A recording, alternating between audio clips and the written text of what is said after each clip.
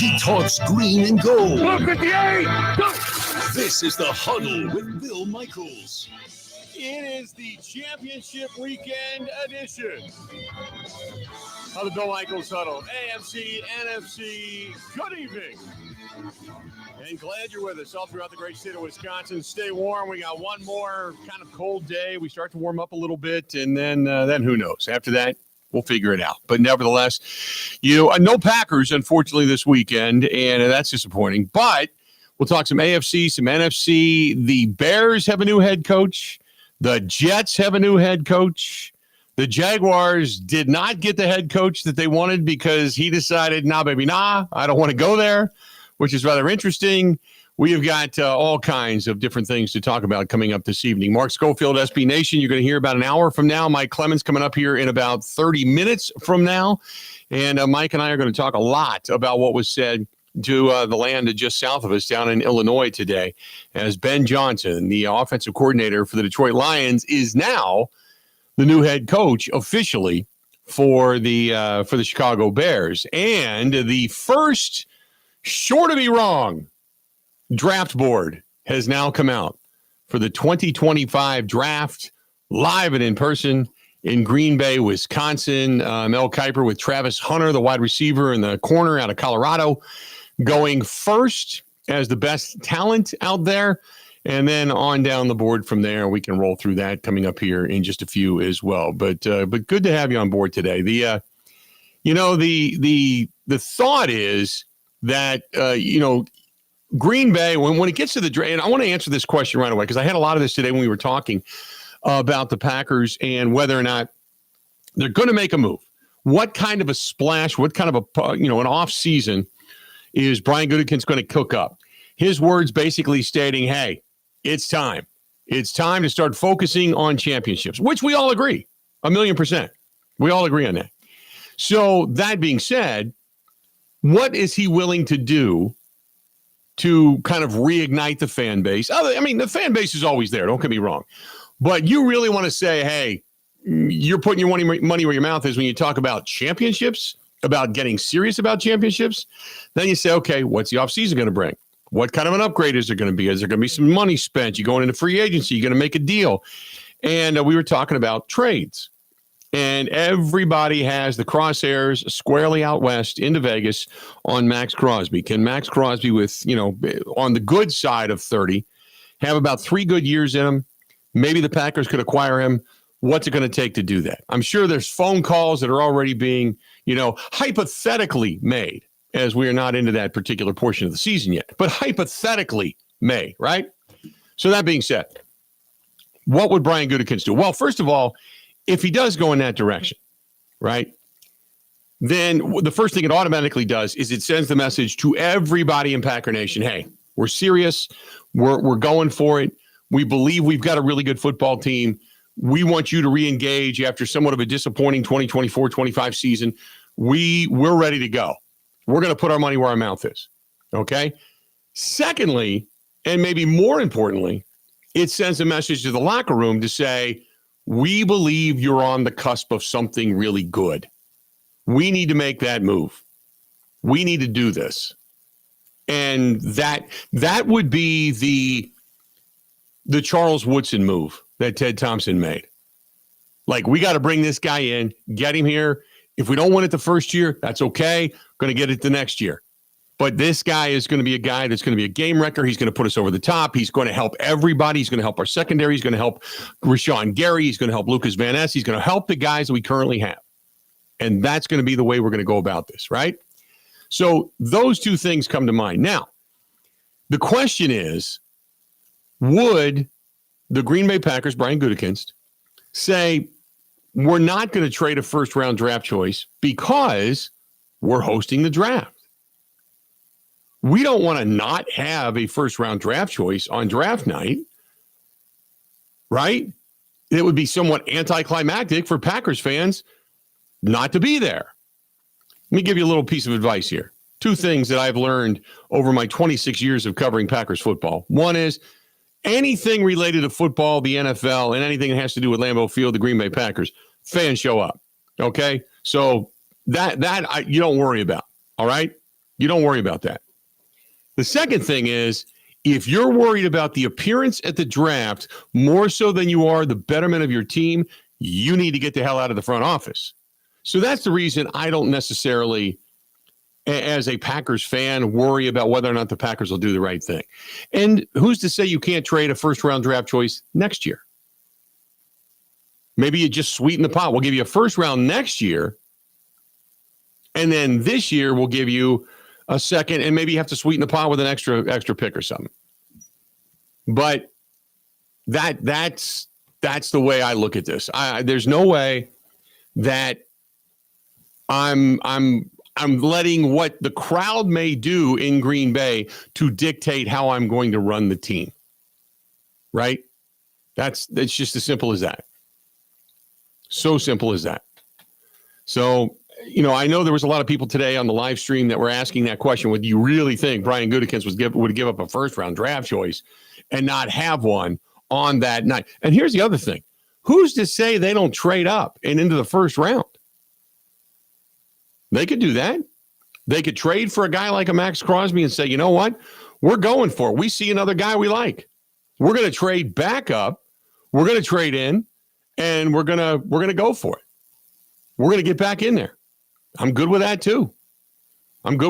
So I'm not worried about that, and I don't think you should be either. To be perfectly honest with you, as far as the NFL draft goes, as soon as the final game culminates in New Orleans, Louisiana, the Titans will be on the clock. They're expected, I think, to take Cam Ward, the quarterback out of Miami, with the first overall pick. I mean, I know Shedeur Sanders is really a quality quarterback. One of those two quarterbacks are going to end up in Tennessee and New York. Cleveland's got the number 2 pick. And I don't think they go after a quarterback. I wouldn't think so. They'll probably get Travis Hunter, the wide receiver out of Colorado, but who is really by many labeled as one of the best talents on the board. And I'd love to see that guy in green and gold, to be quite honest with you, but nevertheless. And in the meantime, all you do is you wait and you wait and you wait. And then the Green Bay Packers picking at number 23. In the first mock draft, by the way, the Packers are, at least according to Mel Kiper, have in their sights Mike Green, the outside linebacker from Marshall, who knows who was the last first-round pick out of Marshall? You'd have to go back to 2003, Byron Leftwich, who went number 7. Leftwich, one of 3 Marshall first-rounders. The other one, Chad Pennington, and another one who happened to be extremely good, a cat named Randy Moss. Green ranked top 10 nationally in sacks, had 17, tackles for loss, and pressure rate. He wins with speed, power, he displays good bend, strong hands, yada, yada, yada, whatever. Okay. So anyway, that was predictions far too early to be true, and that's the draft rundown as it came out a little bit earlier today. So I didn't want to go too deep into that, but since it pertains to some of the discussion we had a little bit earlier today, that's the reason I brought it up. So there you go. So hopefully you're having a terrific night. And you're enjoying yourself. And don't forget that we are going to be live from the Big Easy down in New Orleans, Louisiana, coming up a week from Monday. Coming up February 3rd through the 7th, myself, Grant Bills, Mike Clemens, we're all going to be there. We're all going to be on the ground in the Louis Armstrong Convention Center, bringing you everything from Radio Row. We're already booking guests, by the way. It was interesting. Got some stuff that crossed our table today for some guests that we're trying to get in on all of this. And it should be a lot of fun. We've got guys that are available to us. Will Hernandez from the Cardinals. We got Mike Golick Sr., as we've had Mike Golick on before. Raheem Mostert from the Miami Dolphins. Joey Porter from the Pittsburgh Steelers. Kyle Rudolph, Vikings legend. And then Alex Singleton from the Denver Broncos. All of them we're trying to line up for you as we speak. And we've already got some other, kind of dignitaries that are already ready to come and join us down there inside the Louis Armstrong Convention Center. So there you have it.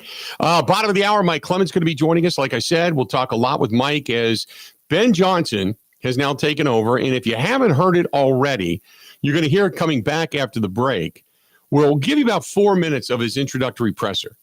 And he looks at McCaskey. He looks at Warren. he looks at Ryan Poles and he says, I need your support, basically, in kind of a paraphrasing type of thing. Need your support. Got to talk to you about this.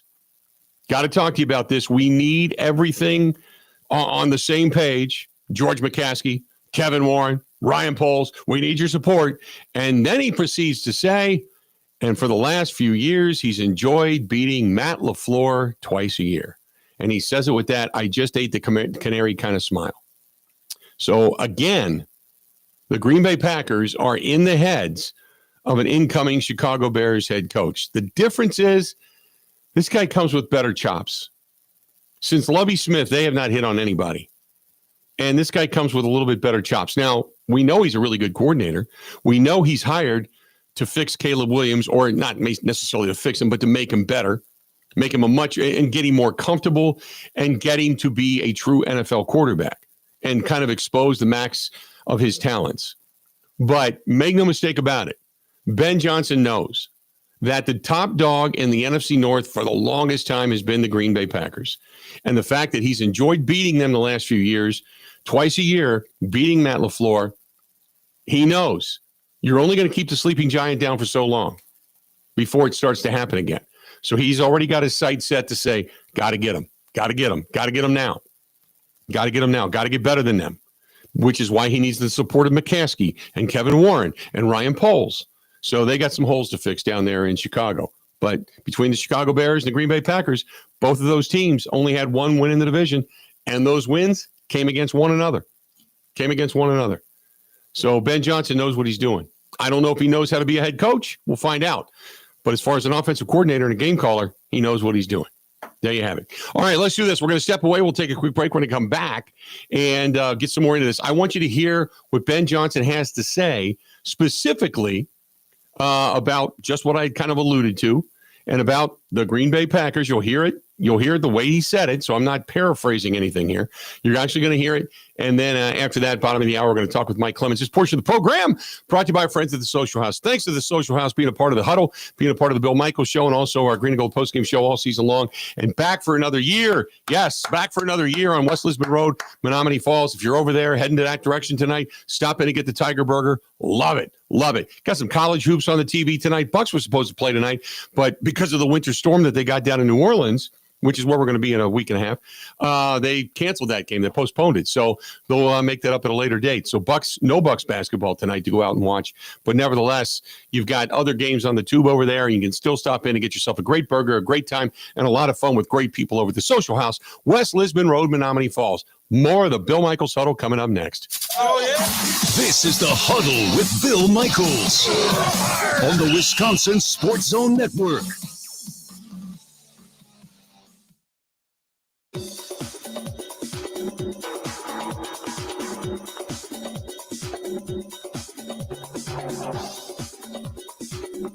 Bill Michaels will resume in 3 minutes.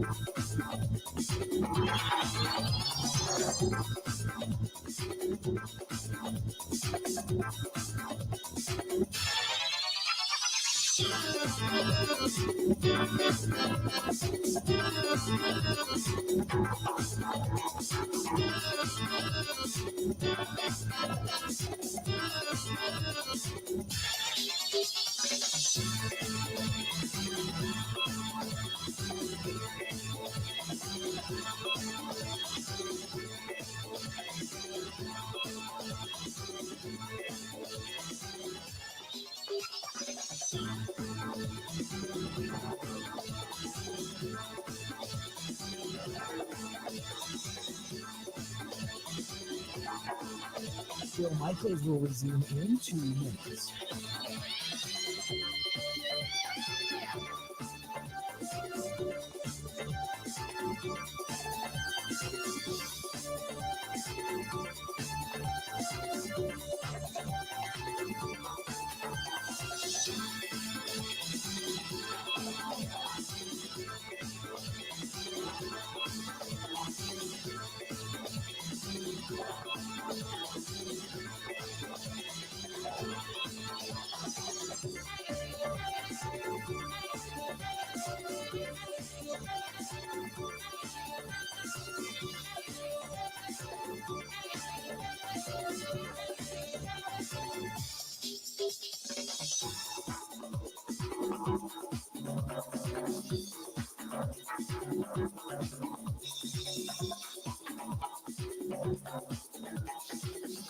Bill Michaels will resume in 1 minute.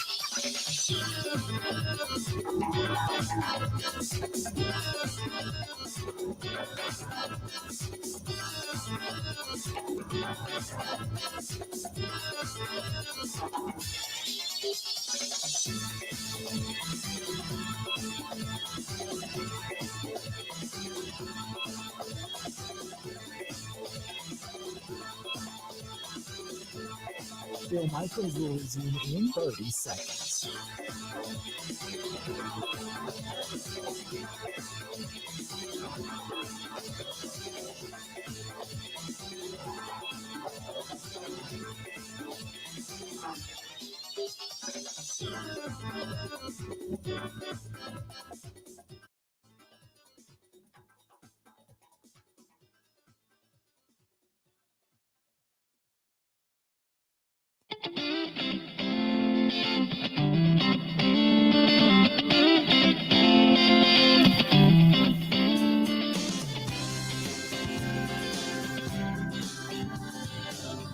Tonight, or any night for that matter, on one of these cold and blustery nights, if you're down in the East Troy area, heading down 43 Rock Freeway, maybe you're down at Lake Geneva listening to us, McGuanago listening to us, you're thinking, man, this would be nice tonight. Good night tonight for some barbecue. LD's Barbecue on Main Street in East Troy. Award-winning barbecue, by the way. Award-winning. And they smoke that over 100% seasoned oak wood. And, oh, it's so good. So good. You walk through the door and you know how good it is because there's trophies and awards all over the place for all the championships that Leon has won. Making his barbecue, making his ribs, whether it's the pulled pork, the chicken, all the different sauces that they have. Oh, it's all so good. That's LD's Barbecue on Main Street in East Troy. And you stop in, you tell him we said hi. He's just such a good guy. And don't forget, when you're down there, then you walk in and you go, hey, I also would like to get in on the chance to win a brand new Harley Davidson, the Harley Davidson Road Glide that they're giving away. And they have the chances are going to go all throughout the wintertime. And then they're going to have that drawing, and the drawing is going to make somebody extremely happy. Then again, if you are down there in that area, know where the proceeds go. And that goes to the Thin Blue Line helping first responders down there in the Walworth County area. So there you have it. Good stuff. So Ben Johnson, the new head coach, was introduced and had his press conference today. He's the new head coach of the Chicago Bears and makes no bones, doesn't pull any punches in basically saying, hey, look, I'm not your typical dude. I'm not one of everybody else that's come before me. What it's going to take is, and he calls them out by name, McCaskey, Warren, Poles, and then he calls out the coaching staff and everything else that they've got going on down there, and then kind of sets his sights squarely on the team to the north. Take a listen. This is the new head coach of the Chicago Bears, Ben Johnson. There's only one way for us to have success here, and that's the right people in place. George, thank you for trusting the people that you've hired. It is perfectly clear that you're willing to provide all the resources necessary for us to build a sustained winner here in Chicago. Kevin, I appreciate your support as well. You're going to play an integral part of everything that we have going on. And Ryan, thank you so much for trusting and believing in me. What you and your staff have already built here is so enticing. This roster is absolutely loaded with talent already, and I look forward to building it with you. You and I, as we've already talked about, we're going to be in lockstep every step of the way. I cannot wait to work with you. I told this search committee that I wanted this job. And there's several reasons why I wanted this job. The first is this place. For the last 10 plus years, my family and I have been coming up for a Cubs series every summer. And it doesn't take long to realize that this place is special. These people are special. This is exactly where I wanted to raise my family, my kids. I know we're going to have so much fun living up here in Chicago. All right. Number two is this roster that Ryan's already built. It It is stocked. It's loaded. Everyone wants to talk about the quarterback. And Caleb, I'm excited to work with you, but it's going to take more than just you. And there are a lot of pieces already in place. And I can't wait to get to work with the rest of you guys. And then finally, I wanted to stay in this division. I know this is the toughest division of football right now. There's 3 teams that made the playoffs this year. I've got tremendous amount of respect for the coaches and the players in this league, having competed against them for the last 6 years. Dane Campbell, Kevin O'Connell, you're talking about 2 guys that are up for Coach of the Year awards as the season ends here. And to be quite frank with you, I kind of enjoyed beating Matt LaFleur twice a year. With that being said, I do have a message here for the players. Get comfortable being uncomfortable. The bar has been set higher than it's ever been set before. The only way for this team and for you as individual players to reach your potential is to be pushed and to be challenged. And that's exactly what I and my staff plan on doing. We are going to push, we're going to challenge. And along with those high standards, there's also going to be a high level of support as well. Everybody in this building is going to be all about helping you guys out. How do you become the best versions of yourselves? That's what it's going to be about from start to finish. When you walk in, it'll be crystal clear, the communication, the structure, and the consistency, and that will never waver. Our mission starting this spring is to win and to win now. I get goosebumps right now just thinking about being the head coach of the Chicago Bears. I know exactly what this role and this responsibility requires, and I cannot wait to get to work. Thank you. There you go. That's Ben Johnson, the new head coach of the Chicago Bears, with the sights squarely set on the NFC North. A guy that wanted to be there, a guy that wanted to be in the division, and then a guy that relished the fact that they were able to knock off. And they're 6-1 against the Packers in the last 7 games. So he's got a little bit of swag in that department as well. So they got their guy. Now we'll see if he's able to walk the walk, because it's, first of all, like he said, it's the best, what I consider to be the best division in football. I think you've got an ascending team in Chicago. You've got still a really good team in Green Bay. I don't know what to make necessarily of the Minnesota Vikings and how the quarterback situation is going to play out. I know they've got a lot of faith in J.J. McCarthy. They kept Daniel Jones, and Sam Darnold can go become a free agent and maybe make his tens of millions, whatever he's going to get paid after the season he just had under Kevin O'Connell. But my guess is they're going to keep Daniel Jones and keep him around, and he can be the backup to J.J. McCarthy and keep a job. And who knows, maybe Kevin O'Connell is kind of the quarterback whisperer and makes Daniel Jones something if need be, much like he revitalized the career of Sam Darnold. So we'll have to wait and see. But you also know that with the exodus of both the defensive and offensive coordinators in Detroit, they got a little bit of scrambling to do now too. They're going to be a good team because they're going to get healthy again. And I cannot imagine they're going to go through the amount of injuries that they had this past season. It's unfathomable. But with new coordinators, it takes a little time to get everybody indoctrinated. So maybe they take a little bit of a step back. Maybe they don't end up with, 14, 15 wins, but maybe they end up with 13, 12. It's still a competitive division. I don't think they take that much of a step back. So we'll see. Hey, one thing I did note, and I saw this in the chat, and this was an interesting comment, and it came from Tom responding to somebody else, but he said, the biggest hurdle the franchise that this franchise has regarding the Green Bay Packers is the ownership structure. Too damn complicated for anybody to make a hiring or firing decision too quickly. Wish we had an owner. Be careful what you wish for. It's funny that you only want an owner when you want somebody fired. Right? Be careful what you wish for. Because you could have a Jerry Jones, you could have a Mark Davis, you can have a Woody Johnson, you can have the McCaskey family, You can have the Mara family. You can have a lot of families that have made a lot of bad decisions and a lot of knee-jerk reactions. Although I give the Maras credit for not firing Brian Dable and company. They wanted to stay the course. But there's a lot of owners that aren't good owners. And they make knee-jerk decisions based upon fan reaction.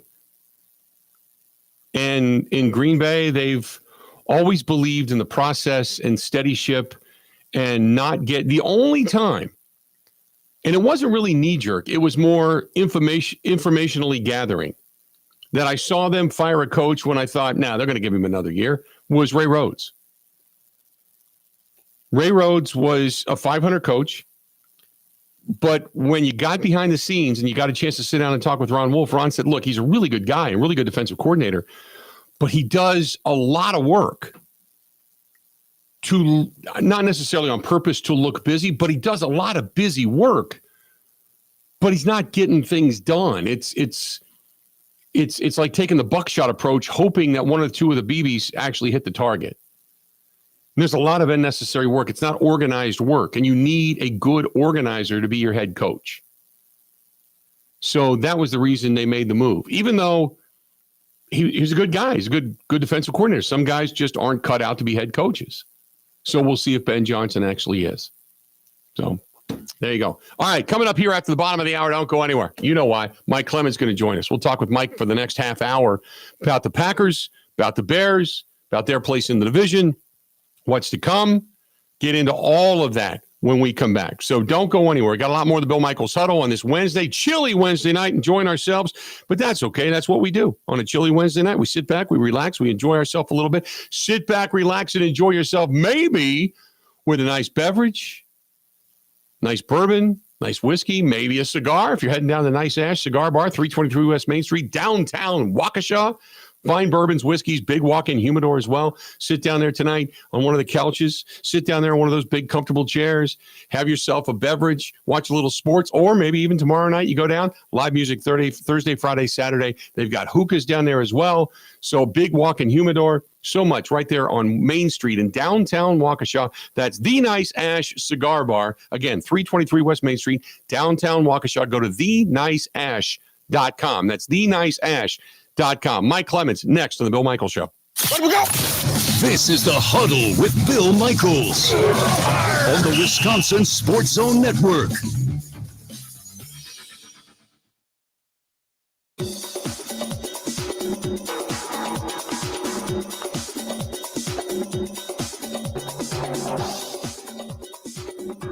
Bill Michaels will resume in 5 minutes.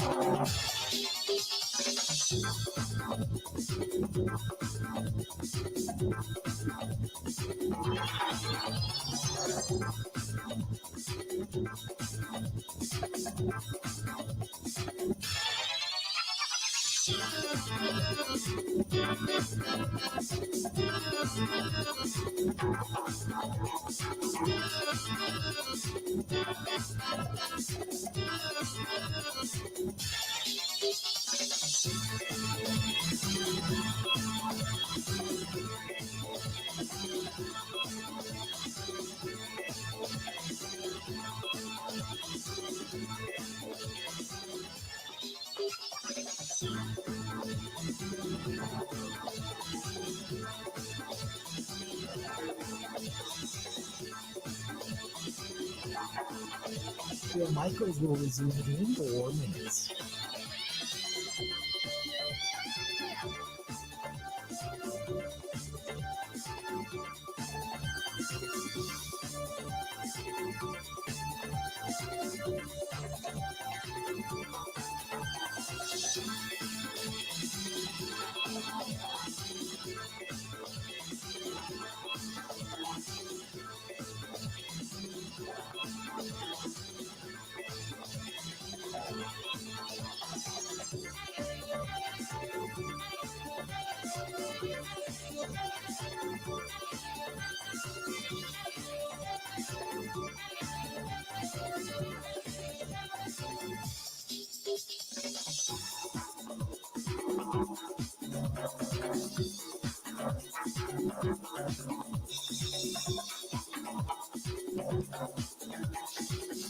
Bill Michaels will resume in 3 minutes.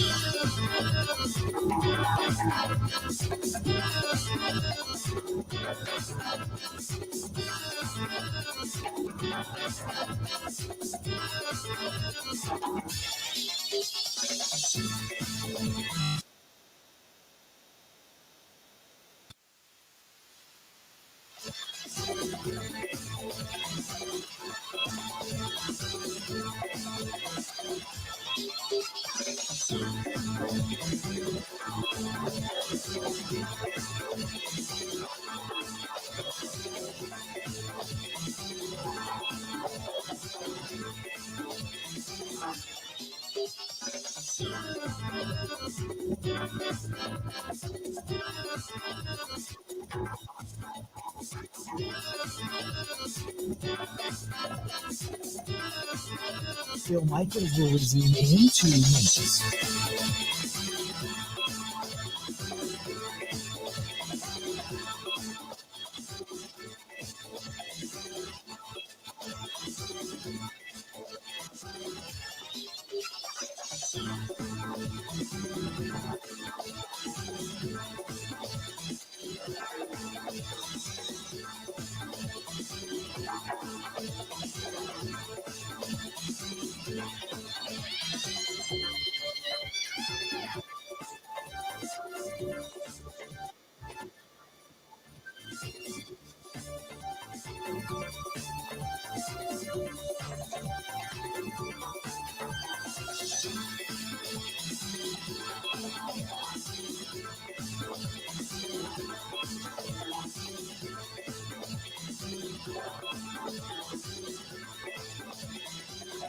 Bill Michaels will resume in 1 minute.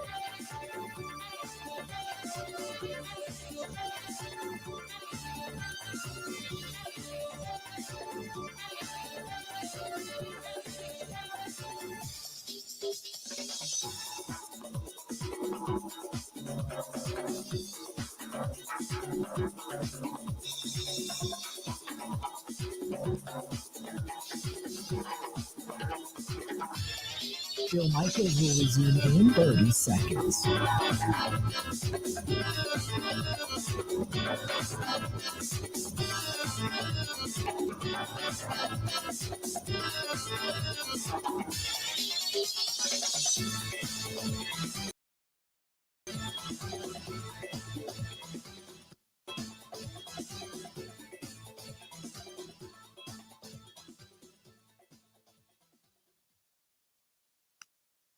I've got tremendous amount of respect for the coaches and the players in this league, having competed against them for the last 6 years. Dane Campbell, Kevin O'Connell, you're talking about two guys that are up for Coach of the Year awards as the season ends here.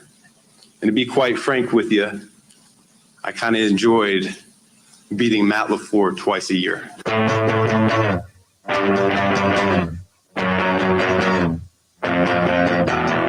There you go. That is Ben Johnson, the new head coach. Little poke into the bear there from the new head coach of the Chicago Bears. Pardon the pun. This portion of the program, and Mike Clemens, brought to you by the Bay Motel in Green Bay. Quiet, cozy, comfortable, just a mile from Lambeau Field. They do have, you got to call and get some check on packages, but they do have some things available for the NFL draft. The Bay Family Restaurant right there, home-style cooking 7 days a week. Call them 920-494-3441, 920-494-3441. That's the BayMotelGreenBay.com, BayMotelGreenBay.com. Mike Clemens joining us now on the hotline. Michael, how you doing, bud? Pretty good. When he said that today, and I mean, hands-free, there was no notes, like you're saying on the show today, no teleprompter or anything. This guy is articulate. This Ben Johnson is an articulate coach. And it was interesting the way he took questions, handled himself in this presentation. Was up there for about a half hour or so. And the Bears flew back some players like DJ Moore. He was at Disneyland with his kids. They said, we want you back for this. So in the room are some of the top players in the team, including Caleb Williams, the quarterback, who had a cast on his hand. Apparently he had a cyst removed. He's getting that off in a couple of days in the room. And so the new head coach was referring to those guys. He says, and he's talking to everybody in the room, from the McCaskies to the president, Kevin Warren, to the GM, Ryan Poles. Like, everything we do on this building is for these players in this locker room that they have full support. And then he also made a strong point where he said, when it comes to accountability, that's something that the players eventually have to do. We're here to coach. We're here to set the standards. We're here to try and get the most out of them. But when it comes to the day-to-day and preparing for a game or preparing in the offseason, players have to do that amongst themselves. So he's got some very set things on how to run a team at 38 years old. I thought it was interesting that he really went out of his way to say, this is the job, this is the city, this is the team, this is what I wanted. And basically said this was the only job he really, really was targeting this offseason when it came to being the head coach of any NFL team. Yeah, there's several teams that were interested in him last year, and he decided to re-up with the Lions one more year because he felt they were that close after going to the NFC Championship and losing to the 49ers. They were that close to perhaps bringing a Super Bowl trophy to Detroit. So he signed up for one more year, but he started paying more attention about, okay, what would it really look like? How would I present myself as a head coach? Also, here's another thing. While I'm thinking about it, a lot of Lions fans, a lot of football fans are saying, okay, how can these guys be expected, to get ready for a game like against Washington? How can he be working on a game plan and interviewing at the same time? How is that possible? And doesn't this part of the year get really messy in the NFL when guys are, and the coaches that people want are the ones that are still in the postseason, right? The answer to that is his agent was in there today. The coaches are no different than players today. When they're making $1 million a year to be a coordinator or $5 or $6 million a year to be a head coach, where they can quadruple their check. The point is, the agents, if there's a team interested in you, talk to my agent. They'll set up the kinds of terms that I'm looking for. Here's my beliefs in a team. The agents lay a lot of this groundwork with the GM or like with the Packers organization, like a Russ Ball, a guy of finances, so that when the coach comes on, all that stuff has been agreed to. Now it's just, let's talk about football and how can we communicate with that guy. And I thought that was interesting today, and it reminded of that.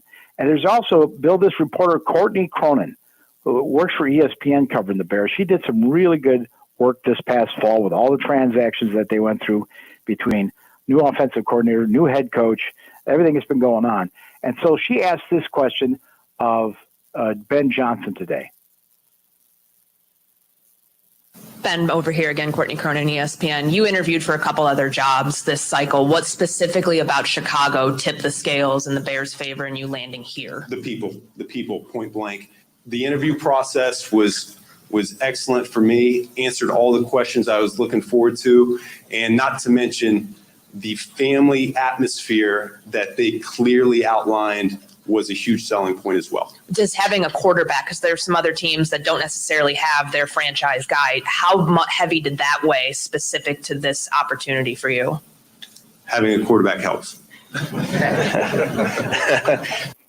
Yeah, when you come in here and that this guy, good or bad, you're going to be tied to now for the next 3 to 5 years, sink or swim. And the fact that also you've got a good young quarterback, at least perceptively good, and you got him on a rookie deal. So that means you can spend money in other places to get good quick. So I'm sure that was an attractive portion of this job. Absolutely. And, and who knew that, everybody would like to be the offensive coordinator or head coach now of Washington when you saw what Jaden Daniels did. But you've already had a sample of what Caleb Williams could do, and now he gets to come in and fix that. Maybe he did that. Maybe he saw that the Bears took that kid. And he says, you know what? I got Jared Goff here, and I'll look good if I stay here with Detroit, and I'll see how that Caleb kid looks, with Chicago. He also said this today. How bad do you really want to go to Chicago?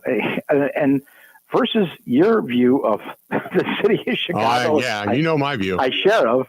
He said, we have been coming to Cubs games every summer for 10 years. We love the fans in Chicago. So whether that's all BS or not, Bill, right. I don't know. But, man, it seemed very sincere, and he was selling it. So the next question is, all right, you saw what Caleb was. You got DJ Moore. You've got some of these other weapons.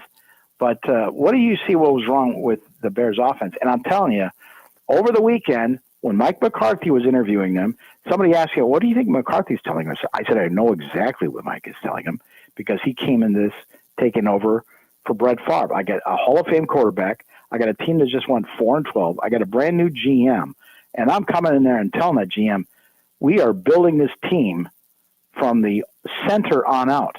I don't care about the pass rush. I don't care about the secondary. I don't care about the special teams. The first thing we're going to get this Hall of Fame quarterback is a good center, and then 2 guards, and then a couple of tackles. You get your quarterback, then you build your offensive line, then you build the rest of your teams. That's what Mike McCarthy, I'm sure, told those guys over the weekend. Listen to what Ben Johnson was asked today. How will the Bears' offense differ, or what needs to be fixed on the offense besides the young quarterback Caleb Williams? Yeah, I think offensive line is certainly an area that we need to get better play from going forward. Something that Ryan and I have already talked about. We will develop a plan of attack for how to get that done. But I'm looking forward to getting an excellent offensive line coach into the building to help develop the young talent that we already have on the roster. And we will certainly talk about acquiring talent to bolster that unit as well. But I was certainly blessed the last few years with the men that I worked with, and that was something I would love to replicate here as well. He has or had a really good offensive line in front of Jared Goff in Detroit. I mean, there's no doubt about that. That was one of their concentrations, and giving him enough weapons to be successful. So you got to wonder what, he's got a quarterback in Jared Goff. Goff's not overly mobile, but he's a good passer. Now he's got a guy that can throw the football, but also has mobility and escapability. You kind of wonder how he's going to use, Caleb Williams. Yeah, and he always, we learned about Ben Johnson's background today. And, he was a high school quarterback in South Carolina that took his team to state. Then he went to North Carolina where he's a backup quarterback to T.J. Yates, who was a backup in the NFL and now is an assistant coach somewhere. And so Johnson was asked about, his philosophy on offense. How will the Bears' offense look different than the Lions scheme he ran the last couple of years? Philosophically, what I believe in is similar to a blast from the past named John Shoop, and that is to make same things look different and different things look the same. All right. We want the defense on their heels. We're always going to be attacking on offense. We believe in multiplicity, and so that's both formationally and conceptually. We're going to make things very challenging on the defense each and every week. We want the ability to morph, whether it's 50 runs in a game or 50 passes in a game, it does not matter. Balance to me is throughout the entire season, not necessarily within the game. And with that being said, those are broad strokes of what this will look like. It's not going to look like it did in Detroit. We have a completely different personnel group than what we did in Detroit. So this entire offense is going to be predicated on the guys that we have available. And that's going to take the springtime as well as training camp to hone in to what that's going to look like. So I can touch on a couple of things? Yeah, go ahead. He mentions Coach John Shoop, and I looked that up. Remember that slogan in there says that same things look different and different things look the same. So in other words, if you've got your bread and butter plays, you got to find different formations for that. Or if you got your trick plays, you got to make them look like it's just one of your, first and 10 kinds of plays. Mm-hmm. And he mentioned John Shoop, in which the Bears reporters like, oh, good. John Shoop was a quarterback and then offensive coordinator for the Bears under Dick Duran, like 25 years ago in the early 2000s. But they didn't, they had Cade McNown there. Chris Chandler came on later on. They didn't have that great of quarterbacks, but they had like a 5-year run before the Lovie Smith era. Right. And then that coach went to become offensive coordinator in North Carolina. This is where Ben Johnson was a college quarterback around 2007. And this is this guy that it drilled into him then, like, we're going to run, the 31 blast, but we're going to change the formation so that, we marry these things together. Passing plays look like running plays. Well, this is the same thing Little Slur came to Green Bay talking about, right? Marrying that together. Except they got away from that, it seemed like this season, when the offense tilted in favor of Josh Jacobs, and they lost their zip and play action plays.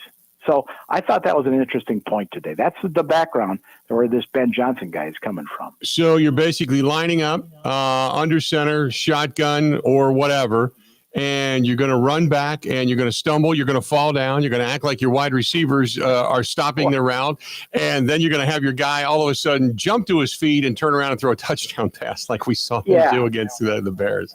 Yeah. Now, remember, you and I were at that open when it was Jordan Love's first start in Chicago against the Bears, and by accident he dropped back, stumbled, got back to his footing, and he found Luke Musgrave, his tight end, wide open down the left-hand side, flipped it in. Musgrave caught it. Musgrave got his feet all kind of tangled up and fell. It should have been a touchdown, but when Ben Johnson was preparing for his last game against the Bears as the Lions offensive coordinator, he saw that play and made that an intentional play, and Jared Goff pulled it against the Bears, and they had a wide open receiver for a touchdown. So he was asked this question today in the press conference. Ben, to your left. Yeah. The stumble bum play that you hit the Bears with. Did you like that one? It was clever. That was a Matt LaFleur special. Was that the start of your job interview here, or were you just showing off? I don't know about that. Did you think about that at all, coaching that game here when the job was open at the time, that this was a chance for you to make a big impression? I think every day in the NFL is a chance to make an impression. We are very blessed to have these jobs as coaches and as players. It's not something that I take lightly. And I think we have an obligation to each other and to the game to max ourselves out each and every day.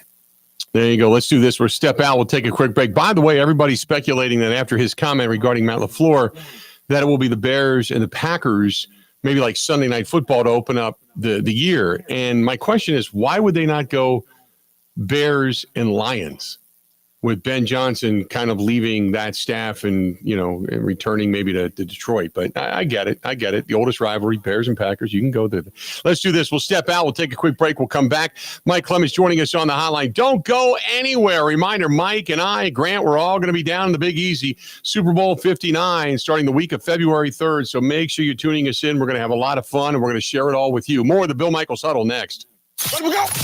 This is the Huddle with Bill Michaels on the Wisconsin Sports Zone Network.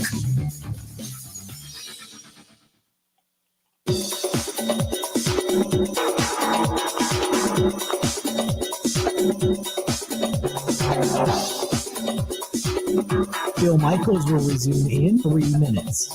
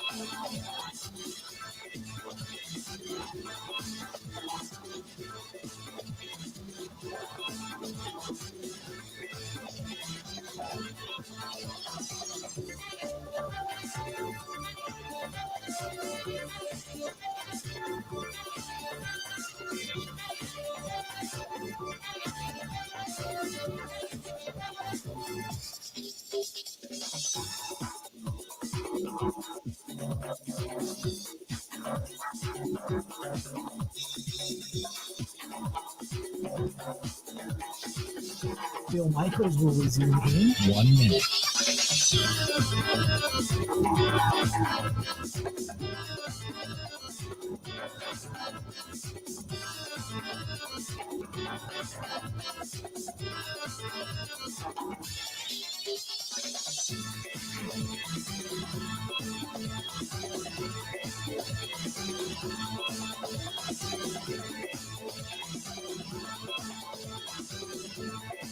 Michaels will resume in 30 seconds.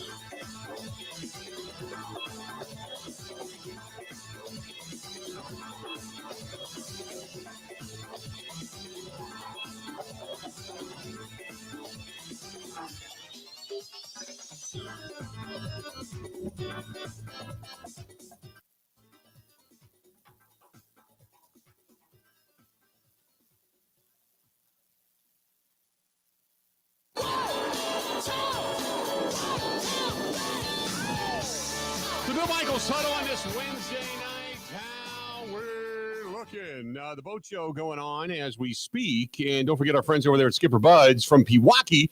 They are there at the boat show, at the Milwaukee Boat Show. But if you want to give them a call Todd. He is the GM, 262-544-1200, 262-544-1200. If you're looking for a fishing boat, you can get yourself a Starcraft. You're looking for a good ski boat, a Taiga, maybe a Mastercraft, you can do that. You can get a big old runabout. So you can get yourself a Harris. You can get yourself a fast one like a Scarab. I mean, there's so many different 4 winds, beautiful boat, 4 winds. You can start it out with like a Bayliner.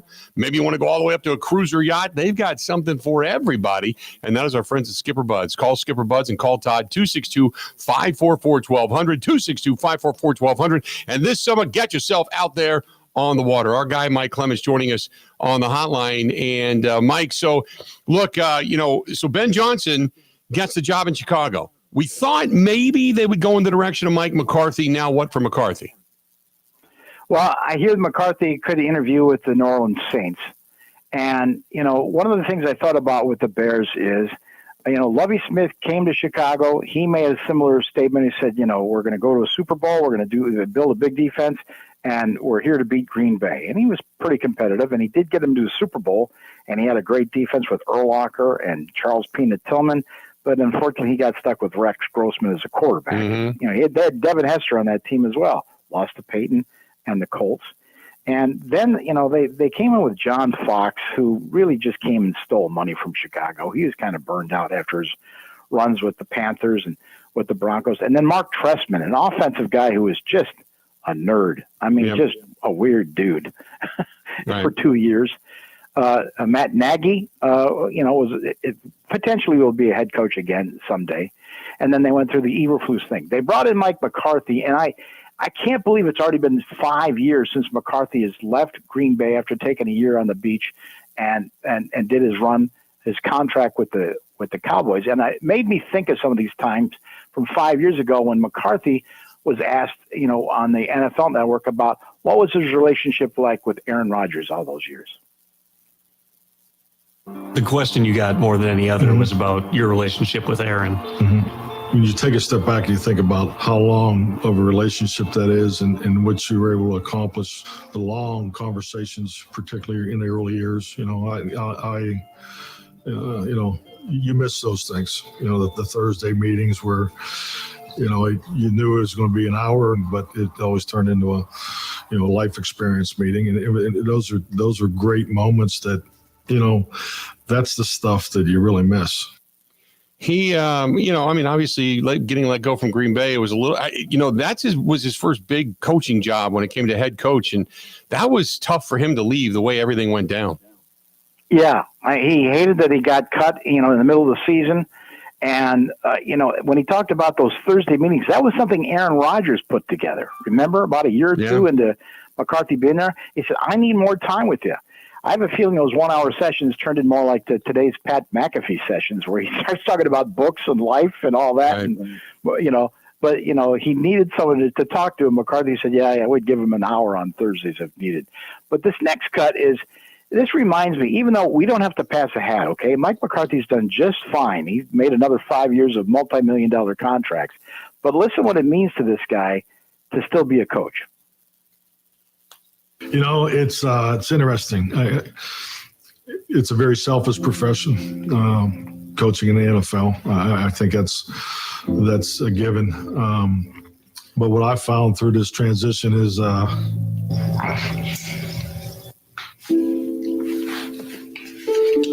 excuse me.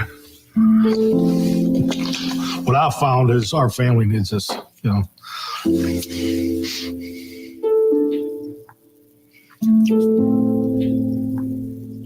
don't know why this question. Sorry.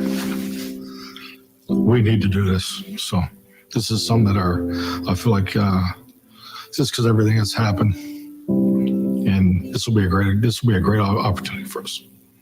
Why do you say we need to do this? Oh, shoot.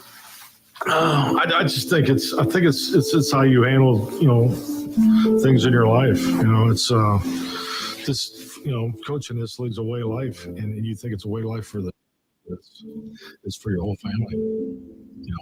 We need football right now. We won't need it forever, but we need it right now. Good stuff. Good stuff. Well, Mike's looking for a job again. And you know what? When I played that back last night, I thought to myself, this is why James Campen, offensive line coach, former Packers center, just comes in for a couple weeks. Or Robert Saleh, your best buddy LaFleur brings you in. These guys are addicted to this stuff. Right. I mean, they are addicted to it. They're competitive. They want to make lots of money, but they just want to be coaches. And we also know that Matt LaFleur talked to Casey Rogers, defensive line coach of the Buccaneers, a longtime Todd Bowles guy. Jets, then the Buccaneers. They've been together 10 years. But you know something? If Jeff Hafley gets a head coaching job, this guy, he's had defensive coordinator experience too. So whether that happens this year or next year, he's talked to this 55-year-old defensive line coach to replace that Rebovich, who they let go last week. Mike, great stuff as always, bud. We appreciate it. We'll talk to you again come Friday. Thank you, Bill. All right, buddy. Talk to you soon. There you go. That quick. 1 hour down. Another hour yet to go. The Huddle rolls on. Up next, Mark Scofield, SB Nation. He'll join us. You'll hear that conversation next on the Bill Michaels Huddle. Don't go anywhere.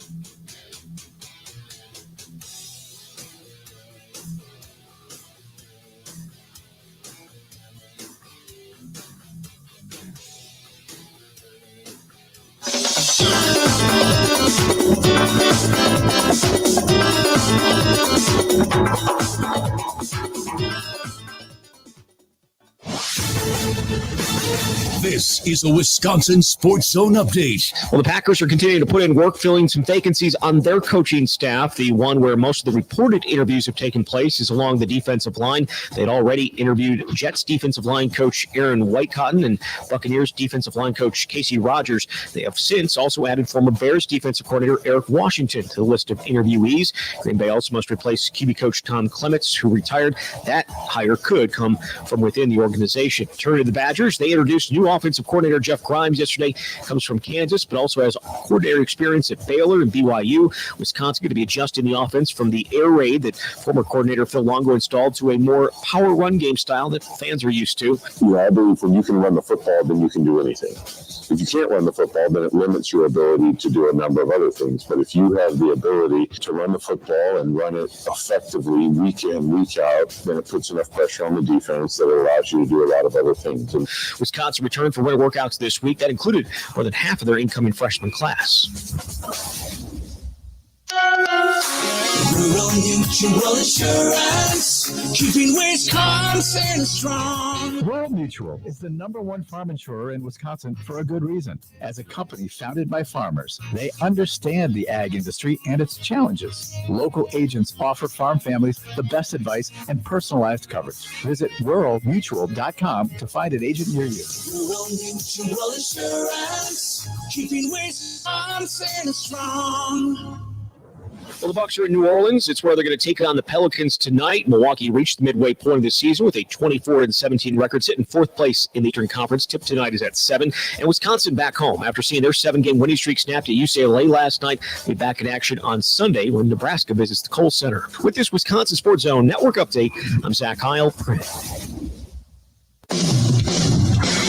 Are you ready for some football? He talks green and gold. 158! This is the Huddle with Bill Michaels. Welcome back in our number two.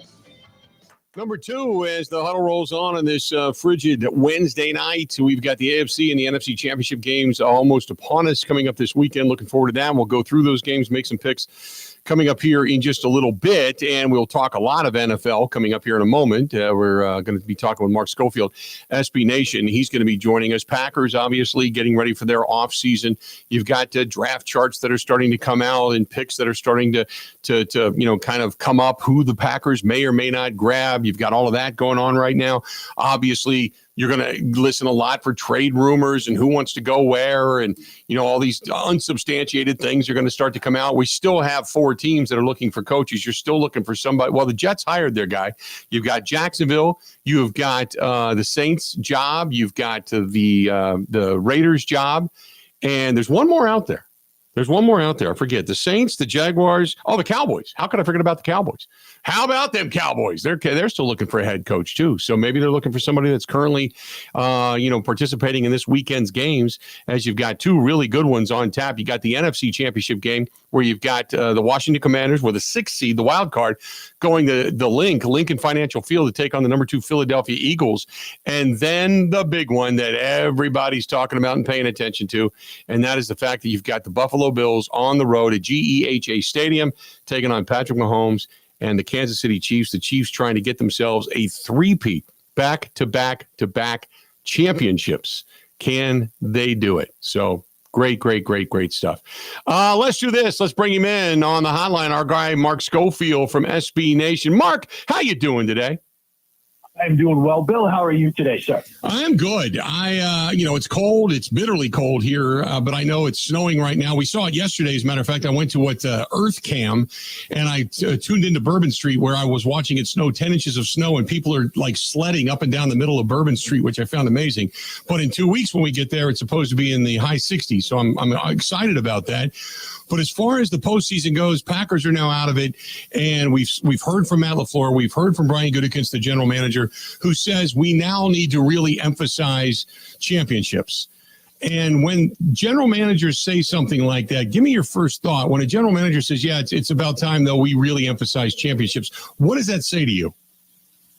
Well, I mean, kind of an off-the-cuff pithy response is, well, what were you doing before? I mean, were you not emphasizing championships? Were you not looking to win a Super Bowl? I mean, that's the goal. I mean, even though all 32 teams don't begin week 1 with, realistic all even chances at winning the Super Bowl, that should be the stated goal. And I guess it's great that, now you're saying it, you want to go out and win a championship, but that should be the goal all along. And, of course, it becomes how do they fill out the roster? How do they add the talent that they need to get to that goal? We talked about some of that last week, your pass rush, corner, things like that. But that should be the goal for every team when you start the season, when you get into the offseason. What can we do starting right now so that when this week rolls around next season, we're still playing football? And so it's great that that's the goal. Should be the goal all along. Now, we all talk about the Packers and what their needs are, and there's a lot of talk about whether or not they could get or couldn't get Max Crosby and all that kind of stuff, and there's a lot of wish lists. But the bottom line is, I think, number one is Jordan Love. We saw regression in C.J. Stroud. We saw a little bit of regression in Jordan Love. Now that teams have what we call the book on them, so to speak. So give me now that we've had a chance to absorb it, did Jordan Love play good this year? Did he play adequate, average, below average? Give me your thoughts there. I mean, I think he played above average with flashes of great play, but there were also some inconsistencies along the way. And like we talked about last week, I think you could point to different moments of the season when maybe he wasn't 100%. I think you could look at that Eagles game, for example, and say that it was a constellation of issues, injuries up front, a defense that's a very good unit. One of the 4 defenses now left playing in the National Football League as we get to Conference Championship Week that, held that team back a little bit in that game and maybe made things difficult for Jordan Love in that game. There were moments where you saw this is the Jordan Love you hope to see all the time with arm talent, athleticism, the things that you need to excel at the quarterback position throughout the course of an NFL season and that you need at the position to win in today's NFL. But it wasn't there on a consistent enough basis. And whether it's injuries, whether it's a lack of talent around him, whether it's whatever reason, you need to have that on a consistent basis from your quarterback if you're going to win games in today's NFL. I mean, if you look at the quarterbacks that are left standing, certainly Josh Allen and Patrick Mahomes, we know their body of work in the National Football League. Jalen Hurts, while that passing game in Philadelphia has been spotty this season, he's shown that he can go out on the field on a Super Bowl Sunday and put together an MVP-type performance, because in that game against the Chiefs a few years ago, if it goes a different way, he's probably your Super Bowl MVP. And Jaden Daniels, he's just a rookie, but look what he's done in just 2 playoff games on the road as a rookie. Knocked off a division-winning team and then gone into Detroit and knocked off the number 1 seed. And so you need to have consistent, excellent quarterback play if you're going to win games in the National Football League at this point in time. That's the next question in the NFC North. Now we see both coordinators are going to be gone. We know that they're probably not going to bring Sam Darnold back. They have J.J. McCarthy waiting in the wings, and they've got Daniel Jones, who maybe they reinvigorate his career. Who knows? Ben Johnson introduced today down in Chicago, and I would assume that they're only going to get better. Give me the strength of the NFC North now, in your opinion. I mean, it looks to be one of, if not the premier divisions in the National Football League right now. You know, you're talking about a season in which 3 of the 4 teams made the playoffs. You're coming off of that. And now when you look at the addition of Ben Johnson in Chicago, obviously we know that job one is to get the best out of Caleb Williams. And if you get that, you're going to have another very good football team. Now, yes, the Vikings have a question about how they handle the quarterback position now, what they're going to do with Sam Darnold, how they're going to handle that. And that's certainly a big question. But they answered another big one with the extension for Kevin O'Connell. And there's reports of a potential extension in the works for the general manager. And so these are very good football teams. And yes, there's going to be a question about, are you going to see some sort of brain drain in Detroit with Johnson certainly leaving, and there's every expectation that Aaron Glenn is going to get a job, but they have position coaches and other options that are sort of waiting to step into those roles. And talking to people in Detroit, you know, specifically on the offensive side of the ball, Dan Campbell is very involved in what they do offensively. And so I expect the Lions to be good yet again. So this looks to be a very good division. And if Johnson sort of pans out in Chicago, a division that's going to look even better next year. Now let's talk about the games upcoming. Obviously, the AFC and NFC Championship games, and people are excited about it. It's a big weekend. We all know that the Buffalo Bills they were really kind of outplayed. They got a little bit lucky, which you have to be to win a championship. So the Buffalo Bills going into Kansas City, to me, Josh Allen's got to get there. If we're talking legacy here, he's the guy that's scrapping and clawing and trying to get himself over the hump that is Patrick Mahomes, correct? Yeah, I mean, as much as I'm hesitant to do this sort of legacy game, you know, give it the legacy game treatment, you know, because there's so much that goes into winning a football game beyond the play of the quarterbacks.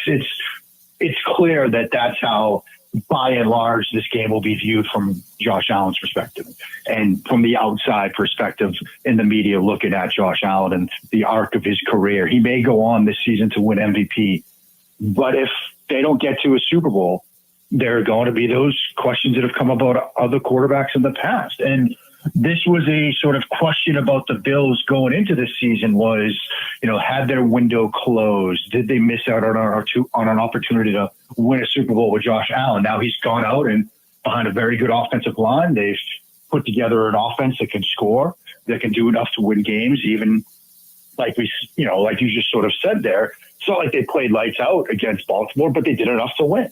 But get into a AFC Championship game is not the stated goal. Get into a Super Bowl and win it is the stated goal. And if he falls up short yet again, there's going to be, you know, an entire off season of he's a great quarterback in the regular season, but is he the next Marino? Is he the next quarterback that is never going to win a title? And whether that's fair or not, that's unfortunately the way quarterbacks are viewed. They're viewed in terms of winning Super Bowls. And if Josh Allen and the Bills fall short, that's going to be dominating the discussion over the next 3, 4, 5, 6 months. And I think it's unfair because a lot of the blame, they're already saying, well, you know, Lamar Jackson didn't get there again. Lamar Jackson played really well. Now, the fumble and the pick, both really extremely bad plays. But he brought that team back. They were a Mark Andrews 2-point conversion away from making this thing a game to where they were going to go to overtime, and they had the momentum going into overtime. It's not fair, really, to say, Lamar Jackson failed again, is it? No, it's not. It ignores a lot of what Lamar Jackson did to get that team back in the game. But unfortunately, for fair or not, isn't usually how these conversations go. The conversations end up in the bottom line of, well, has he won a Super Bowl? Has he gotten, to a Super Bowl in Lamar Jackson's case as well? And people will then look at the interception. They'll look at the fumble and they'll say, look, he's great in the regular season. Yeah, he got him back in that game, but they were down because of the interception. They were down to begin with because of the fumble in the pocket. And if you're going to sort of praise him for what he did in the second half, you have to bring up those mistakes in the first half. Again, I don't agree with that. I think he played a very good football game. You're going to make mistakes. Good teams overcome them. They didn't overcome them. They had an opportunity to win that game. You had the Andrews fumble. You had the Andrews drop. They had an opportunity to get back in that game, potentially force overtime. They fell short. I thought Lamar Jackson played well, but as these conversations will go, the focus will be on, well, he played well, but not well enough. I look at the other game that we witnessed, which was, like you had mentioned, the Commanders going in and knocking off the Lions. An unbelievable game. I was stunned that the Lions, who played so well against Minnesota defensively, could not stop the Commanders. I mean, they got 1-2 stops, I think, total in that game. They just couldn't stop the Commanders. I was stunned by how well Jaden Daniels and that Commanders team and the offensive line took care of business. Yeah, and it was surprising to see just how well that Commanders offense played. I think it does speak to the growth and development of Jaden Daniels and what he's shown this year because, as we talked about going into and then after that Tampa Bay game, how he fared against the blitz, how he chose to attack the blitz, whether with his legs or through the air, was a big question mark. He was excellent when he was blitzed, 9 of 14 out of 15, I think, for 140 yards against Tampa Bay. And he was even better against the blitz when he was blitzed by Detroit. And that was, again, a defense that was banged up. But we saw what that Detroit defense was able to do against Minnesota and a very talented offense in Week 18. They just couldn't get anywhere. When they blitzed, Daniels made them pay. When they dropped back in zone coverage, he cut them up. It was a very impressive game from Washington. And look, now they're in an NFC Championship game, and I think they have more than that sort of puncher's chance. This is a team, the Eagles, that they beat just a couple of weeks ago. And while Jalen Hurts was missing for the bulk of that game because of a head injury, you've got to have some confidence if you're Washington that, yeah, you can go into the link on Sunday and win this football game. You've knocked off a division winner in Tampa Bay. You've got into the house of the number one seed, a team that went to the NFC Championship game a year ago, and you've won. Your rookie quarterback is playing hot. Your defense is playing well. And in both of their games against Philly, they lost the first one, but that was a 2-score game early fourth quarter before you had a turnover from Daniels and you had 2 touchdown runs from Saquon Barkley. They were in that game as well, and even though they eventually lost it. So I think Washington should have every bit of confidence in the world that they can win this weekend. The Eagles, I agree with you. The Eagles played well, but it's Saquon Barkley against the world. Has Saquon Barkley, I mean, we know that he's turned that team around, but has Jalen Hurts regressed because of it? I think that's an interesting question.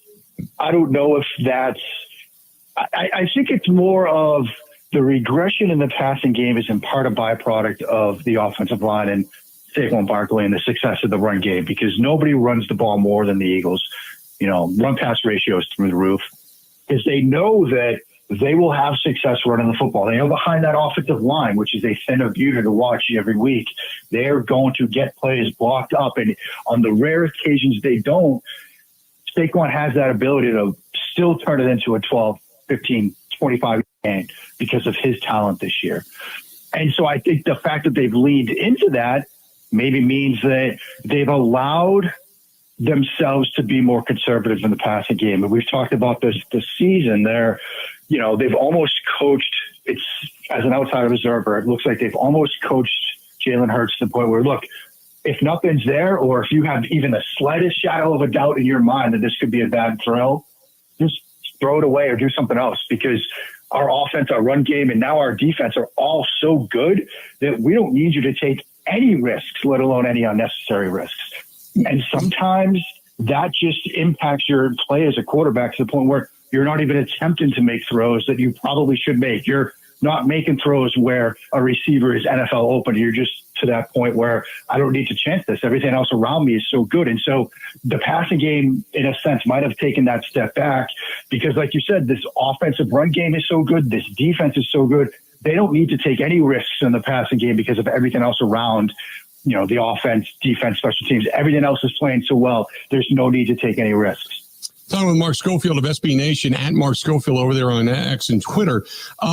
You've probably heard it the way we heard it, that Patrick Mahomes gets all the calls, the roughing the passer call when he ended up sliding, and the personal foul was garbage. Look, everybody gets calls, everybody gets some bad calls that goes against them. But some of the things that Patrick Mahomes is doing, I think, does the league have to look at some of this stuff where he's just throwing his feet out in front of him just to be able to draw a penalty and the flopping going out of bounds? I mean, I think it's something the competition committee will probably look at. I mean, you do see it, and Mahomes, and he's not the only quarterback. Other quarterbacks try to do this. Right. You slow up a bit along the sideline.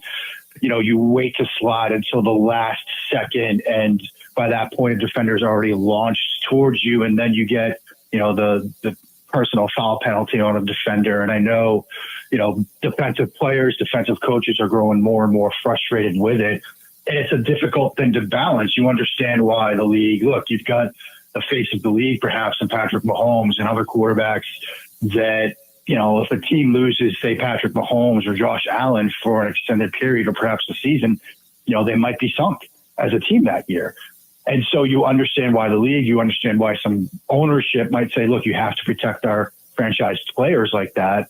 But at the same time, when you're putting defenders almost at risk because, of hesitating along the sidelines or a late slide or things like that, it's a fine line that the league has to walk. And I do think that the competition committee will probably take a look at it as to what they do. I don't know. I mean, do you start penalizing quarterbacks for sliding late? Do you do something differently on plays along the sideline? Do you make some of these reviewable, maybe slow down the pace of the game? But if it's clear, as you can see on a replay, that a quarterback sort of initiated or invited a contact moment like that, I don't know. But it is something I think the competition committee will look at in the offseason.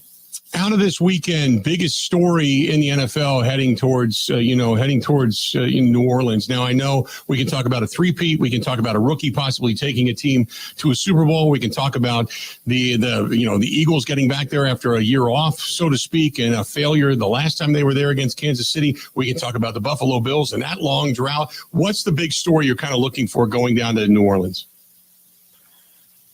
I mean, when you sort of take a step back and look at every potential Super Bowl matchups, there are huge storylines. So I don't think we're going to have anything, no shortage of things to talk about. Obviously, if the Chiefs advance to a Super Bowl, the big storyline will be, can they do it? Can they put together that first three-peat?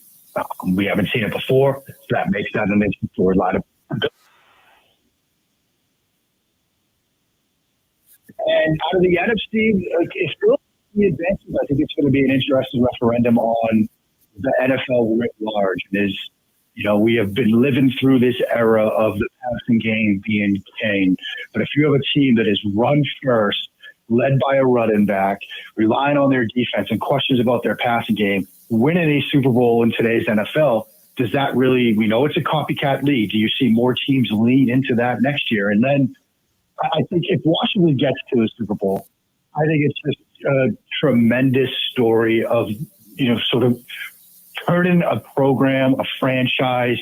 And look, I'm in the DC area. You can make it as a city around in such a short period of time. I mean, the new ownership group coming in, you get a rookie quarterback and new head coach, and suddenly you're at a Super Bowl. I mean, that is a revolution in today's NFL. And so regardless of what matchup we get, there will be stories, but for each of the four teams potentially advancing, those are, I think, the big ones that would stick out to me. Mark, great stuff as always, pal. We'll talk to you again next week and look forward to heading down to New Orleans, okay? All right, my friend. Enjoy the games this weekend. There you go. Mark Scofield, SB Nation. You can catch him at SB Nation on Twitter at Mark Scofield, Schofield.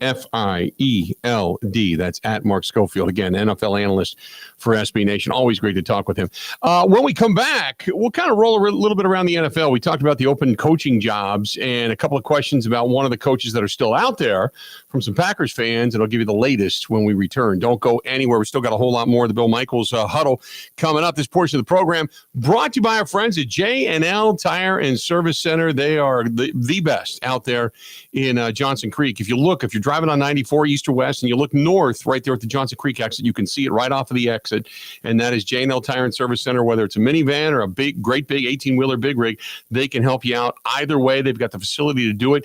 Tires, brakes, oil changes, you name it, major engine work, whatever it is you need, they can do. They're trustworthy and great in the community as well. They've also got a second location on Boulder Road in Watertown. That is jnltire.com, jnltire.com. More of the Bill Michaels Huddle on this. A little bit of a chilly Wednesday night. Still a few flurries in the area, but nevertheless, that's okay. It's all going to start warming up. We're all going to be good to go. We'll be back right after this. This is the Huddle with Bill Michaels on the Wisconsin Sports Zone Network.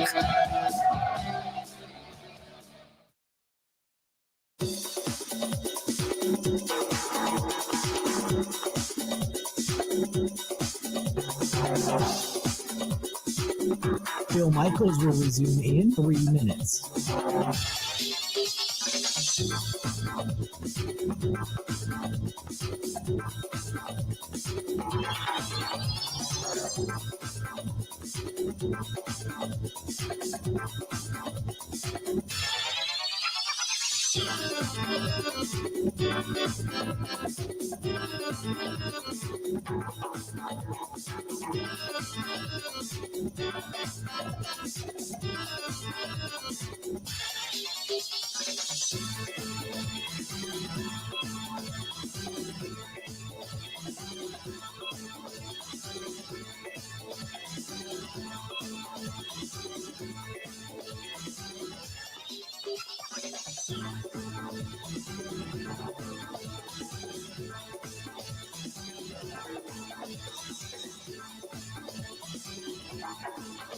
Bill Michaels will resume in 2 minutes.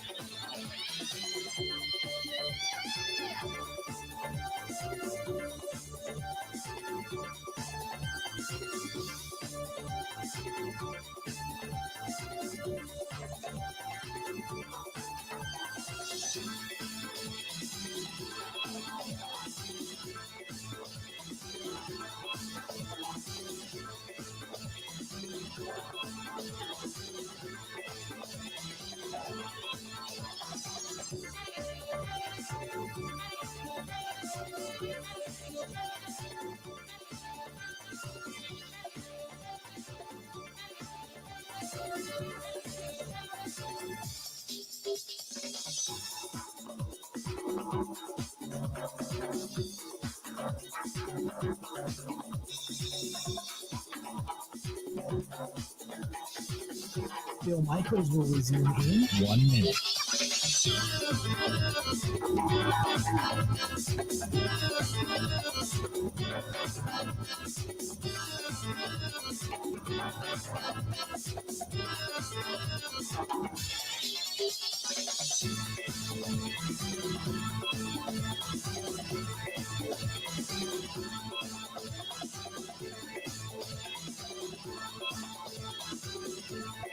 Bill Michaels will resume in 30 seconds.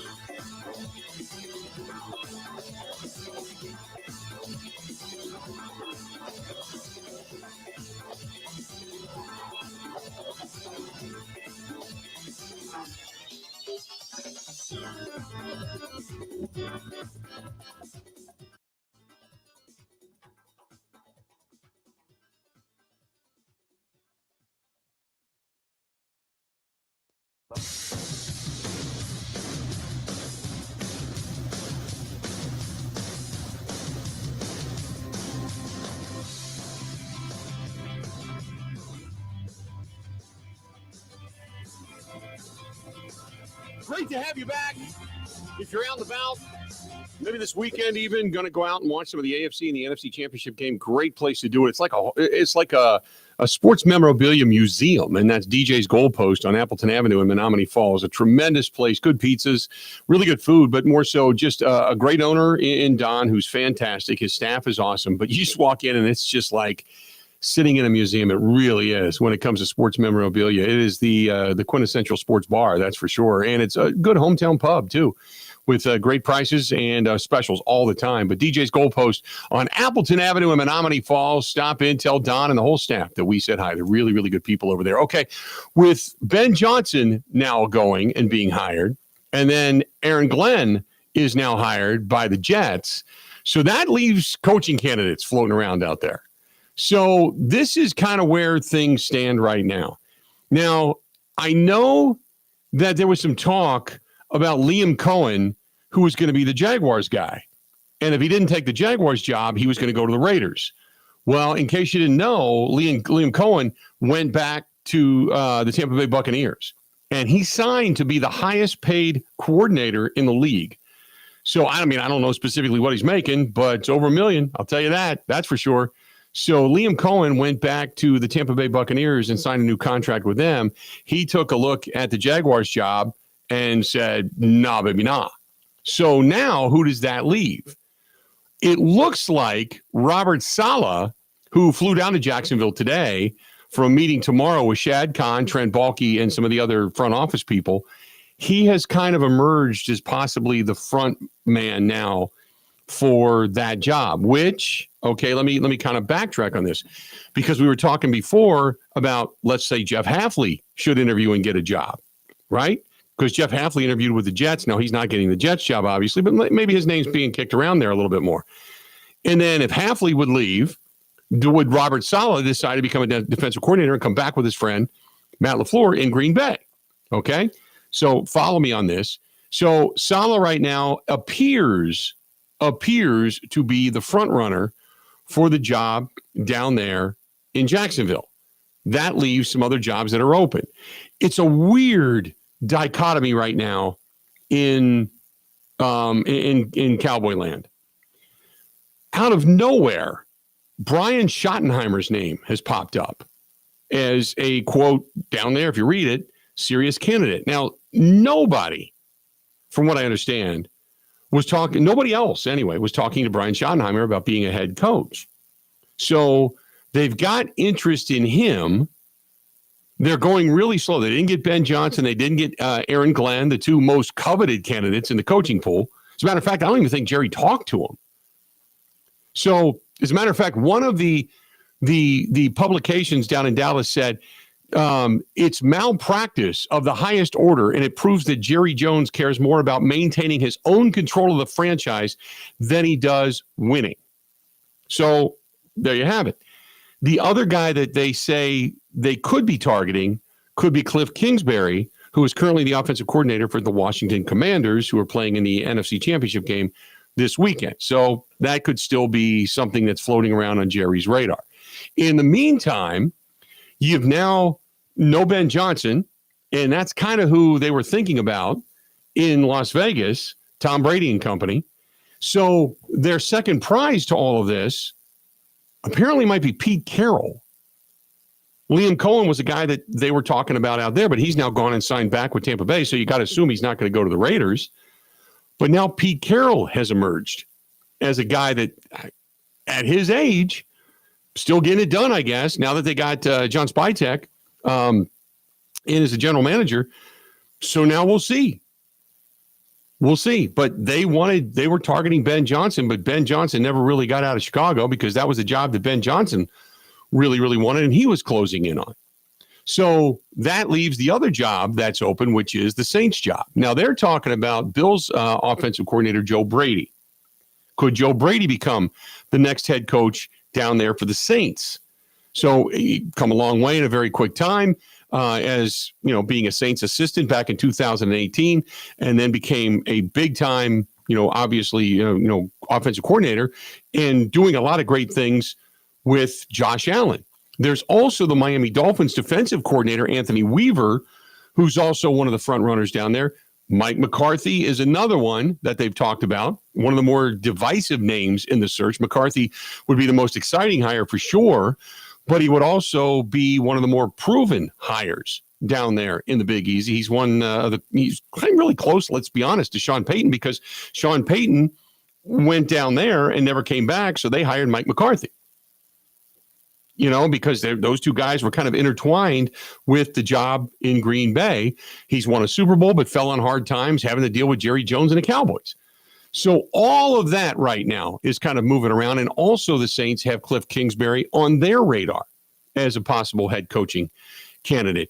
Also, the offensive coordinator, Mike Kafka. Now, this is a really kind of a long shot, but the Giants offensive coordinator, Mike Kafka, has kind of emerged down there as well. Kind of a surprising name, but to really be a serious candidate. But just given how poorly the Giants were this offseason, Kafka still held in high regard by many in his time from going back when he was with the Kansas City Chiefs and Andy Reid and the coaching tree. So who knows?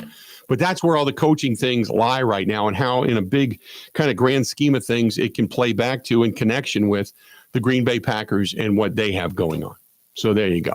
So that's the way everything breaks down right now in the coaching searches going on throughout the rest of the NFL. Speaking of the Big Easy, as we end with the Saints, we are going to be down there in Media Row coming up in New Orleans live for Super Bowl 59 the week of February 3rd. February 3rd. We actually leave to head down there 1 week from Saturday. And we're going to get settled. We're going to get in, get all set up, and then we're going to be live at the Louis Armstrong Convention Center in New Orleans, Louisiana for Super Bowl 59, beginning on Monday, February 3rd, all the way through the 7th. And Mike Clemens is going to be down there all the way through the 9th and 10th down there for Super Bowl 59, whoever the competitors may be. So we're going to be there. The Bill Michaels Show, everything. Going to be on the Grant Bills Wisco Sports Show, all going to be down there. Mike Clemens going to be down there. We are going to love, again, this year, bringing you all the fun, frivolity, and pageantry that is the Super Bowl again this year, as we are the longest running broadcast in the state of Wisconsin that's been going each and every year. I think it's just like closing in on our 13th or 15th year, something like that, in doing all these Super Bowls. We'll be there again this year. Stay tuned. 2 more segments yet to go, and our picks for the AFC and NFC Championship game. That is coming up. Don't go anywhere. We got more right after this. This is the Huddle with Bill Michaels on the Wisconsin Sports Zone Network.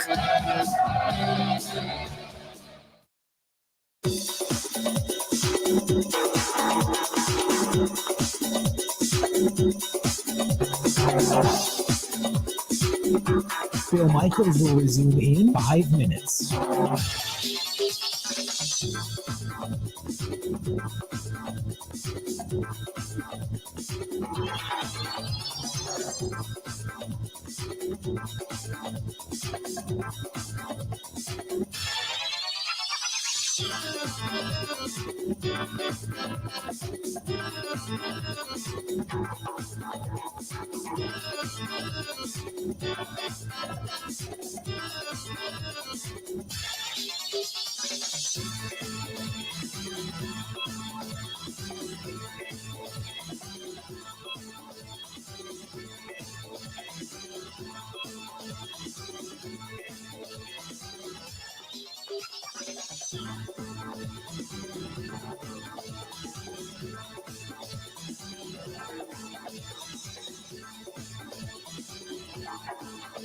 Bill Michaels will resume in 4 minutes.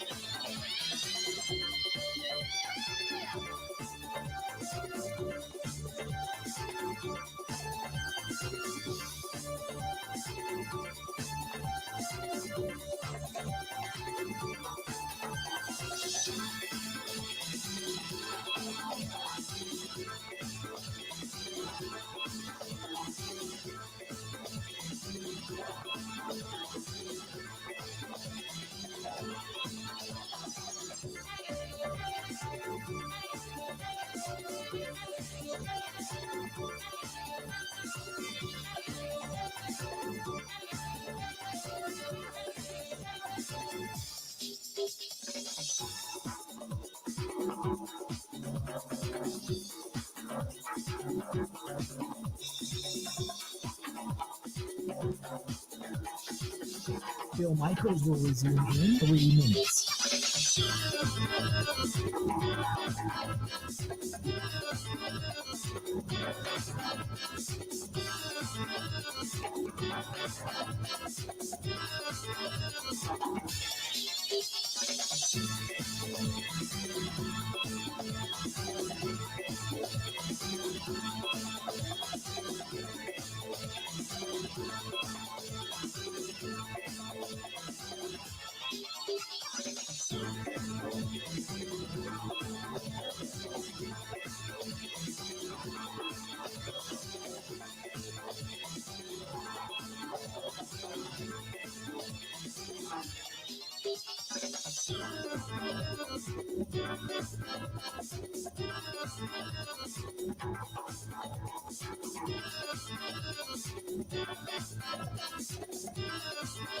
Bill Michaels will resume in 2 minutes.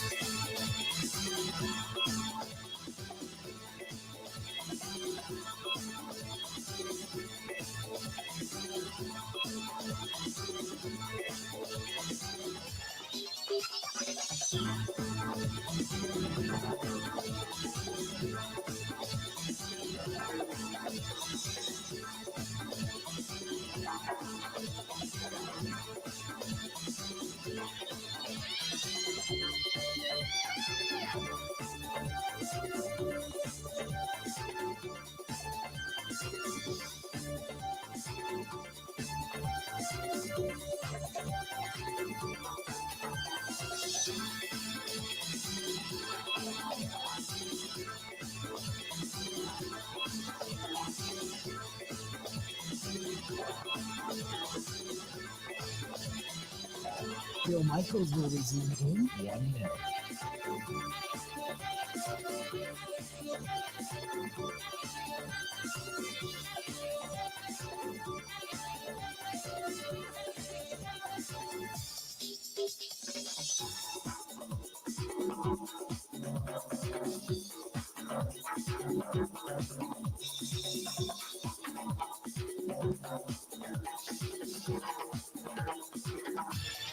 Bill Michaels will resume in 30 seconds.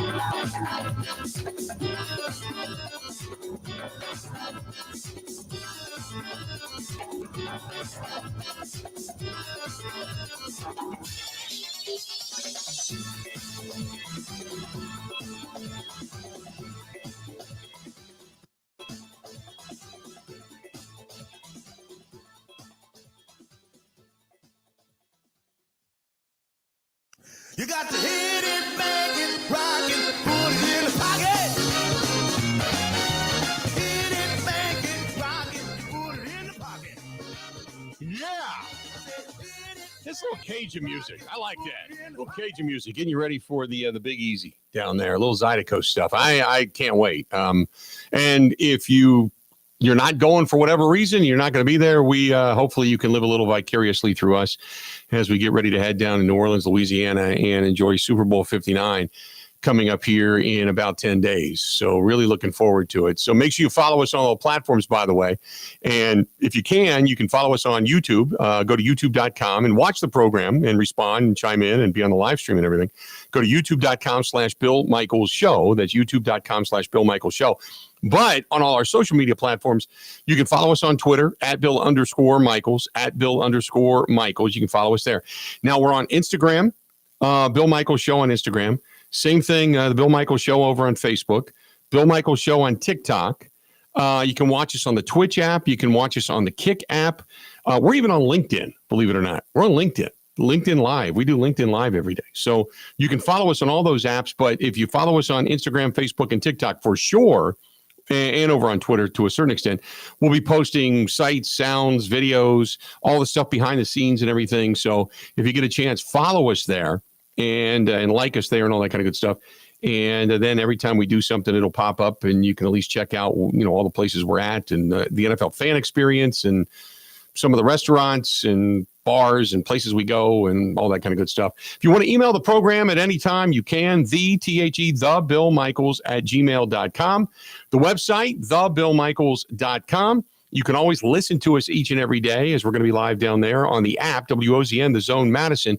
But after the fact, you can find us on Spotify, Apple, iTunes, Google Podcasts. But we really, really appreciate it on the YouTube channels, go to youtube.com/Bill Michaels Show and hit subscribe. Subscribe on the live page. Go to hit subscribe. And that way, when we go live, it'll pop right up for you. So that way it's right there. And all the different platforms pop up for you as well. So good stuff. We're excited about all of this and heading down there. Here's the question that we came into the show with tonight before we get into our AFC and NFC championship picks is with the coaching changes and the changes that are currently going to take place in the NFC North. Think about this. Detroit's loss, they lose Aaron Glenn and Ben Johnson, both offensive and defensive coordinators. The Bears get Ben Johnson. Obviously, Sam Darnold, I don't think he's going to be back with the Vikings. They could shock the world and sign him again, but they have Daniel Jones. They're hoping McCarthy's going to be ready to go, and he has had a whole offseason to just kind of watch, listen, and learn. Not that he got any reps with it. So where in the NFC North are the Packers going to place? Kind of how the power may change in the NFC North. Was this it? Was this their best shot at getting a championship for the Detroit Lions? Do they take that step back? Do the Vikings, without Sam Darnold, and I can't believe I'm saying that, do the Vikings take a step back a little bit? Or does Coach O'Connell, with a full offseason now, a full season to watch, listen, and learn, does he have J.J. McCarthy so prepared, so ready that he's ready to hit the ground running and things are going to be really good there?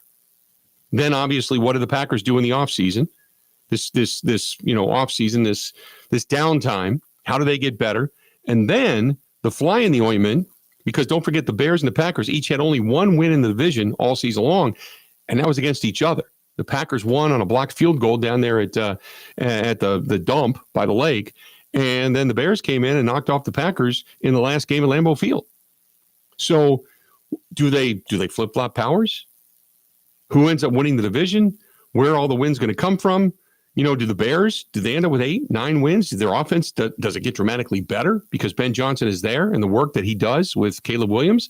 So a lot of interesting stuff taking place in the division right now, and you can look at it and say, well, until you knock off the Lions are the Lions, and they're going to win the division. Then it becomes who is going to be that second tier team. Packers couldn't beat the Vikings twice last year, so you got to give it to the Vikings for right now, right? And until they beat the elite, you're not elite. And that's what kind of Brian Gutekunst's message was in that postseason press conference when he ended that thing and said, hey, look, it's time we really started thinking seriously and taking seriously championships, Super Bowls. It's time. It's time. Time to fly, man. So what does he do to bolster the team? Or do the Packers come back offensively better? Jordan Love comes back completely healthy and better. And do they shock the world and just run away with things? With Hafley in year 2 of the defense, if indeed he ends up staying, which I believe he's going to. But does that defense get even better on top of things? So there's a lot of stuff to kind of discuss and decipher. And how, I guess the fly in the ointment is going to be the Bears. How good are the Bears going to be? Can the Bears get a win or two more in the division and not against the Packers? Can they knock off Minnesota? Can they knock off Detroit?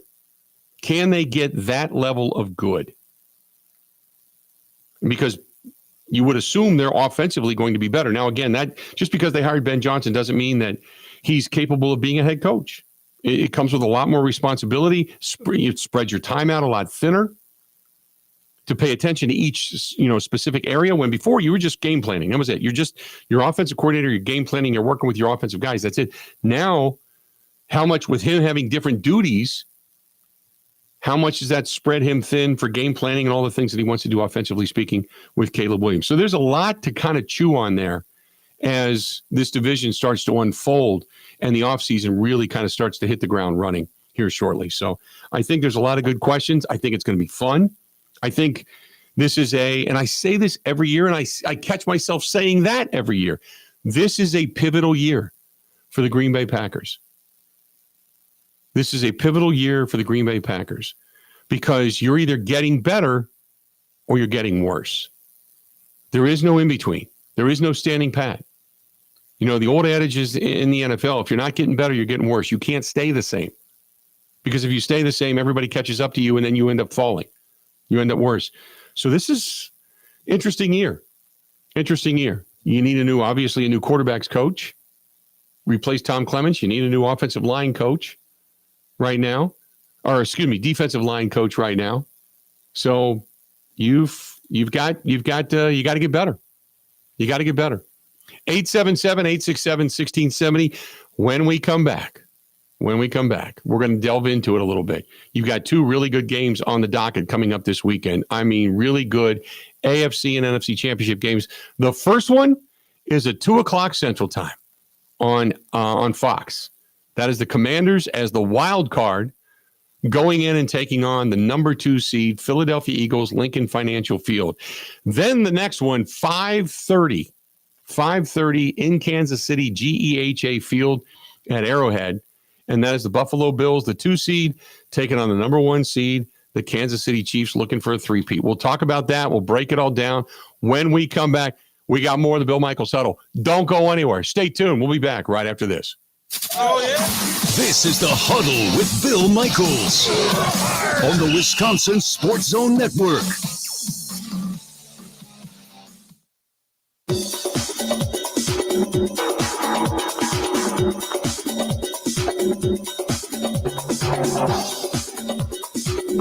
Bill Michaels will resume in 3 minutes.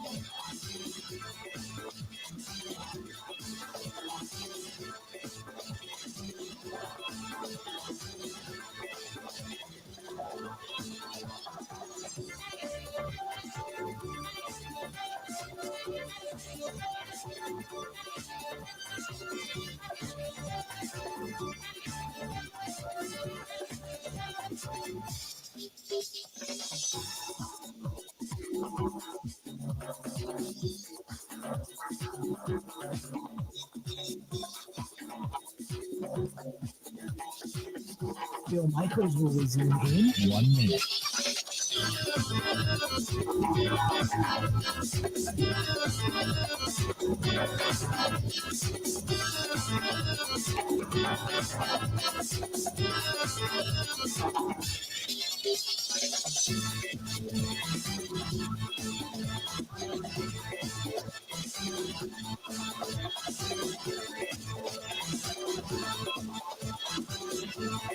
Bill Michaels will resume in 30 seconds.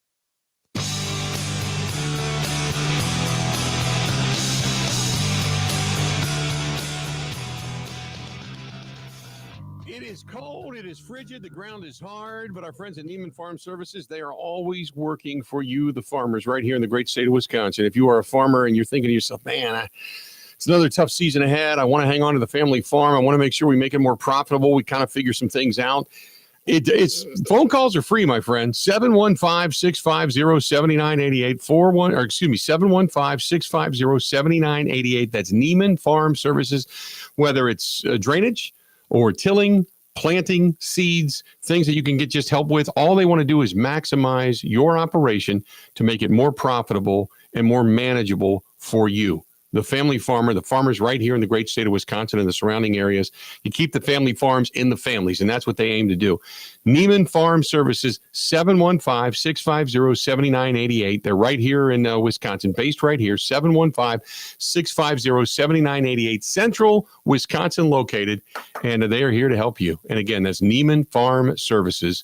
Neiman Farm Services, here to help you. Oh, let's get to it. Love this. Yeah. We got the AFC and the NFC Championship games coming up this weekend. And it's fantastic. The first game on tap.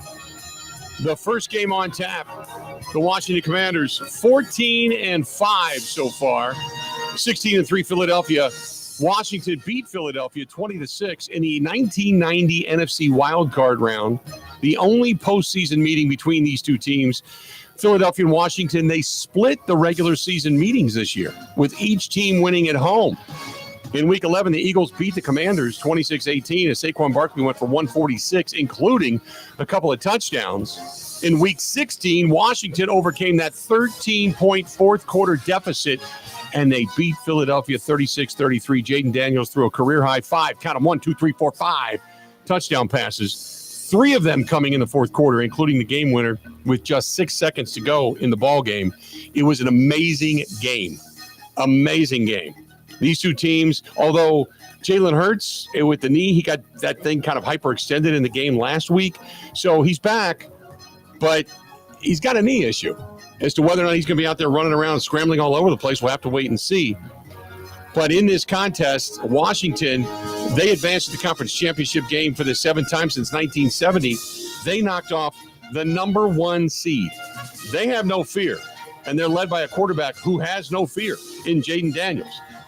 Jaden Daniels became only the 6th rookie all time to start a conference championship game coming up this weekend, joining Joe Flacco, Sean King, if you remember him with Tampa Bay, Brock Purdy, Ben Roethlisberger, and then Mark Sanchez with the Jets, believe it or not.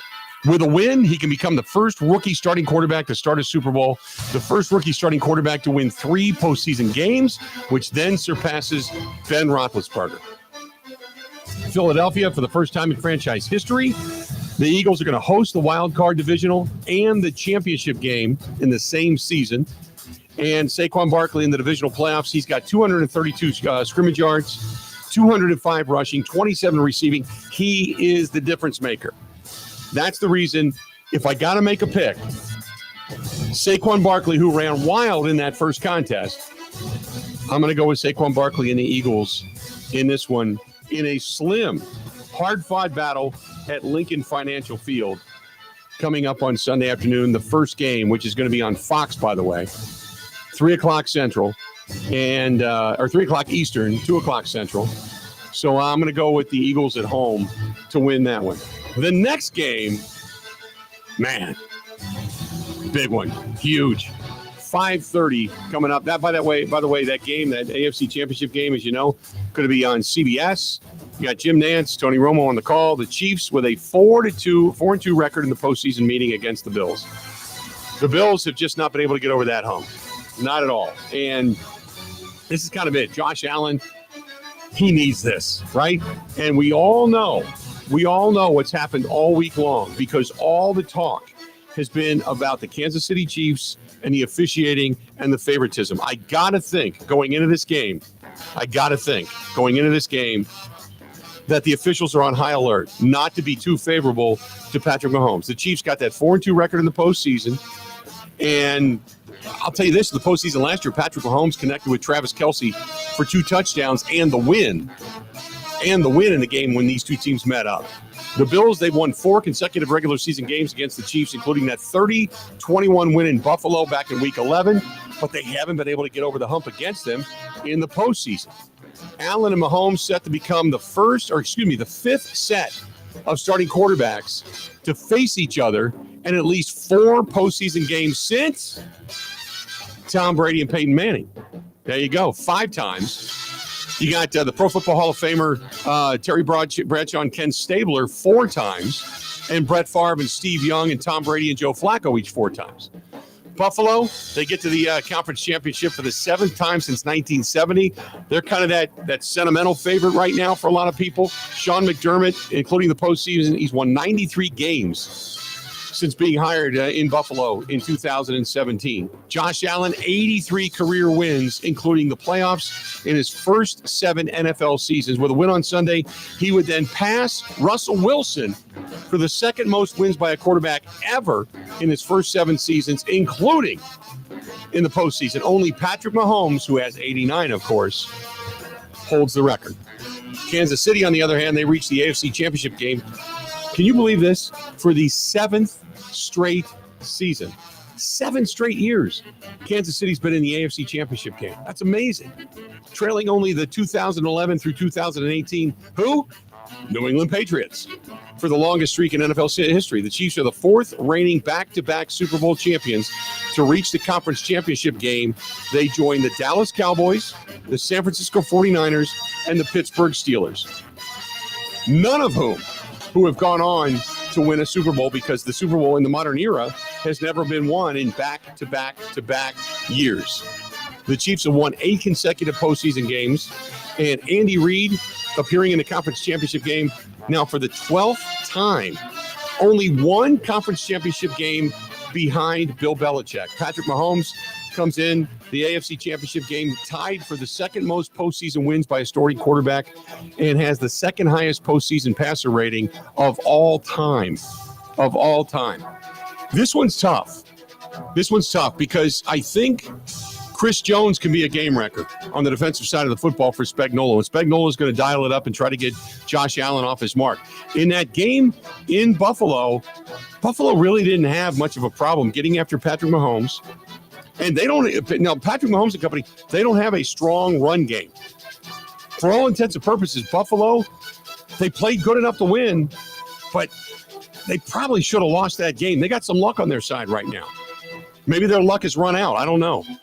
But I don't know why I'm going to do this, but I'm going to bet against Patrick Mahomes. I'm going to take the Buffalo Bills on the road to finally break through and head to the Super Bowl. It'll be Buffalo in Philadelphia. If it's not, it's probably going to be Philadelphia and Kansas City, a rematch of the Super Bowl from just a couple of years ago, if you remember when we were out there in Phoenix, Arizona. And really, Jalen Hurts was the MVP of the Super Bowl until he had that fumble at the end of the game and cost him the opportunity to win the game. So it's going to be great storylines regardless. But that's the way it shapes up. There you have it. What a night tonight. What a fun night tonight doing the Huddle. I had a blast. Hopefully you did as well, taking a listen to us. This is always good stuff. Always good stuff. Love it. So we're back at it again tomorrow for the Daily Show. No shows, obviously, over the weekend. The Huddle's back again one more time for the season next week before we then head down to New Orleans, down to Louisiana.